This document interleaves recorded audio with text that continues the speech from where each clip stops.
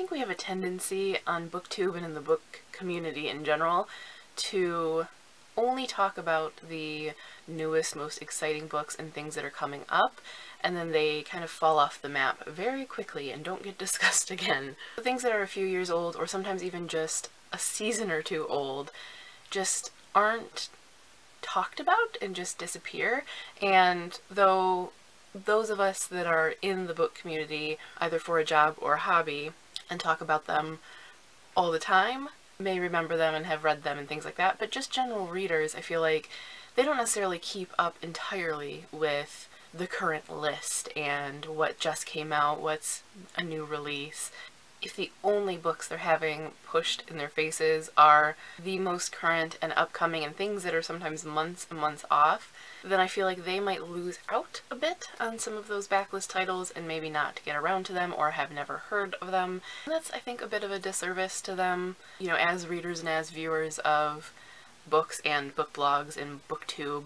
I'll only give them this very limited sphere of books, and also it's a disservice to some really great books. So I've decided that I want to start highlighting some of my favorite backlist titles. So things that have been out for a while, or, you know, a few seasons at least, sometimes years and years, but just things that I feel like need to be brought up again, need a little highlighting, that may be new to you, even if they're not new to the shelves, or maybe one that you had meant to read when it came out and then it just fell by the wayside, and hearing about it again, you're like, oh yes, I did want to read that. So I'm thinking this will maybe be monthly, maybe it'll be sporadic, I don't know, but just highlighting a few titles every month or so that are not new, are not upcoming, are not months from publication, but are still really excellent, and I think you should read, even if no one's really talking about them right now. So today I have an initial stack of 3 backlist titles that I really love and recommend, and you guys are going to be like, Misty, what do you mean no one's talking about them? Because you talk about these books all the time. Which is true. It won't always be like this. I will definitely be doing some hidden gems and things that I personally haven't talked about a lot, even if I meant to, or maybe have forgotten about myself, and then I'm browsing through my shelves and I'm like, oh yeah, that book, which is actually what inspired this. But these first 3 books, there is a purpose to why I'm starting with them, and that is because not only have I been mentioning them a lot lately, and so I feel like it's just time to give a formal nod to them, but I also already had them pulled off my shelves for various reasons for the 28 days of book love, so it just worked. Here are 3 backlist titles that I love, and I think maybe you will too. And there is a unifying theme to them. There won't always be, but this time there is. You might see it as we go along. The first is Seraphina by Rachel Hartman. I've been talking about this recently because I just read Tess of the Road, which is like a companion novel to this series. I loved this. I've talked about this a lot. Some people found this book a little slow or boring and found Seraphina a little cold and hard to relate to. You probably know I did not. That is a theme with my reading sometimes. Either way, it is... Ooh, I just got really bright. Hey, sorry about that. Natural lighting, man, we're going with it. Kind of medieval set and about dragons and music and court life, and I love it. I love everything about it. It's so good. Next we have the Birthright series by Gabrielle Zevin. This is not the first book. The first book is All These Things I've Done, but I had, because it is my blood, pulled off the shelves because I just did a post about my favorite titles, and this is one. I also really love the tones of this cover so much. I have talked about this one a lot. I love this series. Again, some people found it a little slow and boring and found Anya very cold and hard to relate to. I loved her, just like I loved Seraphina and just like I loved Tess. I also did not find it slow and boring, so you may be beginning to see the theme. This one is a slightly futuristic, like feels like contemporary, but set a little in the future, about a world where chocolate and caffeine are banned. They're considered drugs and they are illegal. The main character, Anya's family, is in the chocolate business. The illegal, illicit chocolate business.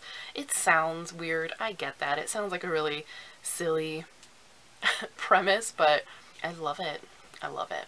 Really good if you like sort of crime family stuff, but it's not like heavy true crime or gangster-ish. It's just like, it's got flavors of that in it.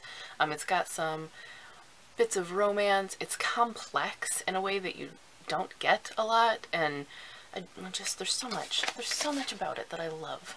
Including that the naked hardcover looks like a chocolate bar. Can you see that? Because it does. It's amazing. And the last book of the three, again, this is not the first book, it's just the one that I happen to be able to get to on my shelves, is the Tin Star series by Cecil Castellucci. This one is futuristic, as the title for the first book, Tin Star, might kind of imply, although it also references a sheriff's badge. It's set on like an orbiting, I don't want to say spaceship, because it's more like, it's bigger than that, like a space community. Basically, there are lots of different aliens, which just works out so well. I mentioned this recently when I was talking about Amid Stars and Darkness, and how the aliens felt very human, and they all felt the same.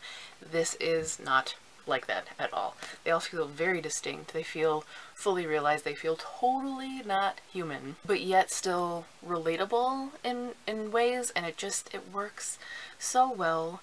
Again, some people found this boring and found Tula to be cold, little dead inside, and I, once again, loved her. So the unifying theme here is that these are my cold fish books. I talk about my cold fishes a lot and how I love them and I relate to them. All of those characters that people are like, she's so cold, she's not personable, and she's a little soulless. I'm like, what? Me? Oh. So I loved these books. If you like cold fish stories, or characters that maybe some people find a little hard to relate to, or not entirely personable or likable, if you like someone that's complex, these books right here, I love these women a whole lot. As I said, some people might find them boring and cold, but they have a little piece of my soul, so maybe I'm boring and cold. I'm fine with that though, because these are excellent and I recommend them. So, I know you've heard me talk about those books before, and you're like, this isn't, it might be backlist, but it's not like it's not getting talked about, because you won't shut up about them. That's true.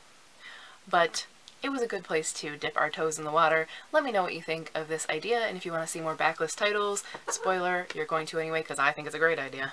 I would love to hear about some of your favorite backlist titles, so things that have been out for a while, that maybe didn't get the buzz that you felt they deserved, or that you still just find yourself pushing on everybody even years later. Definitely let me know about those in the comments. I want to know your backlist titles, and I want more ideas, because maybe they're also some of my backlist titles. But that is all for this video. If you like this idea and want to see more, you can do that whole thumbs up thing. That feels so unnatural. I never say things like that. But until next time, thank you guys for watching, and happy reading! Happy reading! Yeah. No, get out of here. Get out of here, sir! Hey, stop crinkling. Stop crinkling. Don't do it. Good, you're handsome. This one takes place... Ow. Why would you do that? Maybe they're also some of my backlist titles, but that was a burp.